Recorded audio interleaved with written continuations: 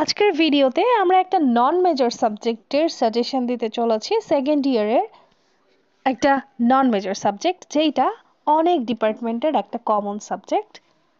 সাবজেক্টের নাম হচ্ছে political organisation and the political system of UK and USA, অর্থাৎ রাজনৈতিক সংগঠন এবং যুক্তরাজ্য এবং মার্কিন যুক্তরাষ্ট্রের রাজনৈতিক ব্যবস্থা।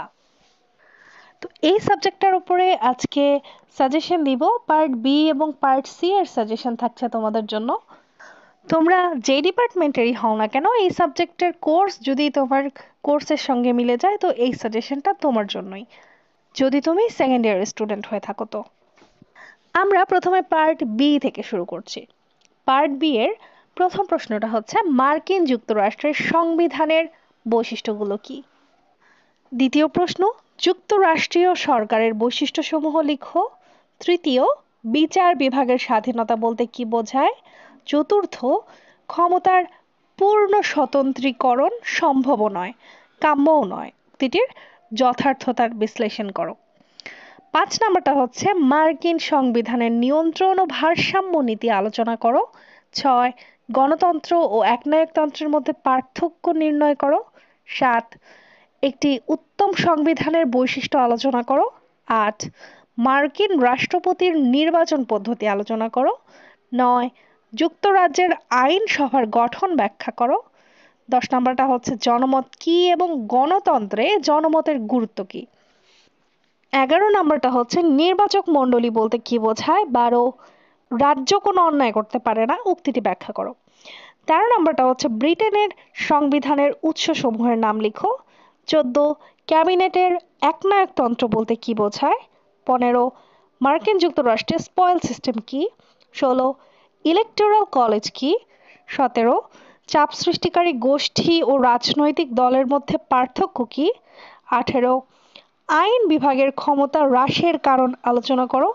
19, ব্রিটেনের সাংবিধানিক রীতিনীতি বা প্রথাগুলো কি কি? এবার আসছে 20, অর্থাৎ লাস্ট নাম্বার, যেখানে মার্কিন যুক্তরাষ্ট্রে ক্ষমতার স্বতন্ত্রীকরণের গুরুত্ব। এই ছিল পার্ট বি এর সাজেশন। একটু বেশি মনে হতে পারে, কিন্তু এখান থেকে কিন্তু তোমাদের পুরো প্রশ্নটাই কমন আসবে, অর্থাৎ তোমরা এই সাজেশনটা ফলো করলে 90% কমন পাওয়ার চান্স রয়েছে। সো আশা করছি 90% কমনের জন্য খুব একটা বড় হয়ে যায়নি সাজেশনটা।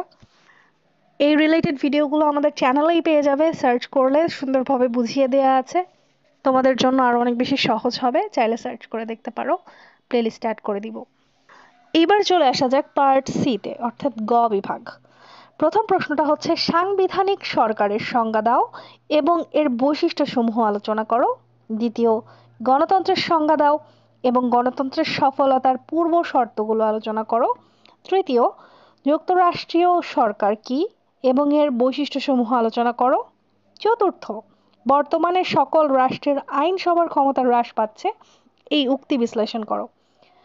5 নাম্বার, বিচার বিভাগের স্বাধীনতা বলতে কি বোঝায় এবং এটি কিভাবে রক্ষা করা যায়। 6, নির্বাচক মণ্ডলীর সংজ্ঞা দাও এবং আধুনিক গণতান্ত্রিক রাষ্ট্রে এর ভূমিকা আলোচনা করো। 7 নম্বর প্রশ্ন হচ্ছে, প্রথা বলতে কি বোঝায়? ব্রিটেনে সাংবিধানিক রীতিনীতি বা প্রথা কেন মান্য করা হয়? 8 নাম্বার হচ্ছে, ব্রিটিশ সংবিধান গড়ে উঠেছে, তৈরি করা হয়নি, উক্তিটি ব্যাখ্যা করো।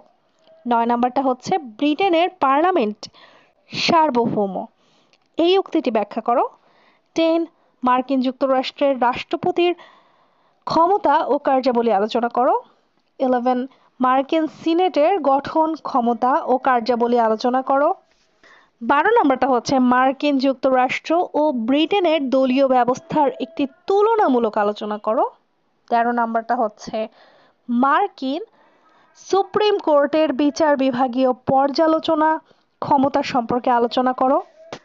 14 নম্বরটা হচ্ছে, জনমতের সংজ্ঞা দাও এবং জনমত গঠনের উপাদানসমূহ আলোচনা করো। 15 নম্বরটা হচ্ছে, সংবিধানের সংজ্ঞা দাও এবং উত্তম সংবিধানের বৈশিষ্ট্য আলোচনা করো। 16 নম্বরটা হচ্ছে, ব্রিটেনে রাজতন্ত্র টিকে থাকার কারণসমূহ আলোচনা করো। এই ছিল আমাদের শর্ট একটা সাজেশন। আশা করছি তোমরা বুঝতে পেরেছো। যদি কনফিউশন থাকে যে কমন আসবে কি না আসবে, তোমরা চাইলে আগের সাজেশন ভিডিওগুলো দেখে আসতে পারো, যেখান থেকে 90% কমন ছিল। চাইলে স্কিপও করে যেতে পারো। এতক্ষণ সাথে থাকার জন্য ধন্যবাদ। পরবর্তী ভিডিও দেখার আমন্ত্রণ জানিয়ে এখানেই শেষ করছি।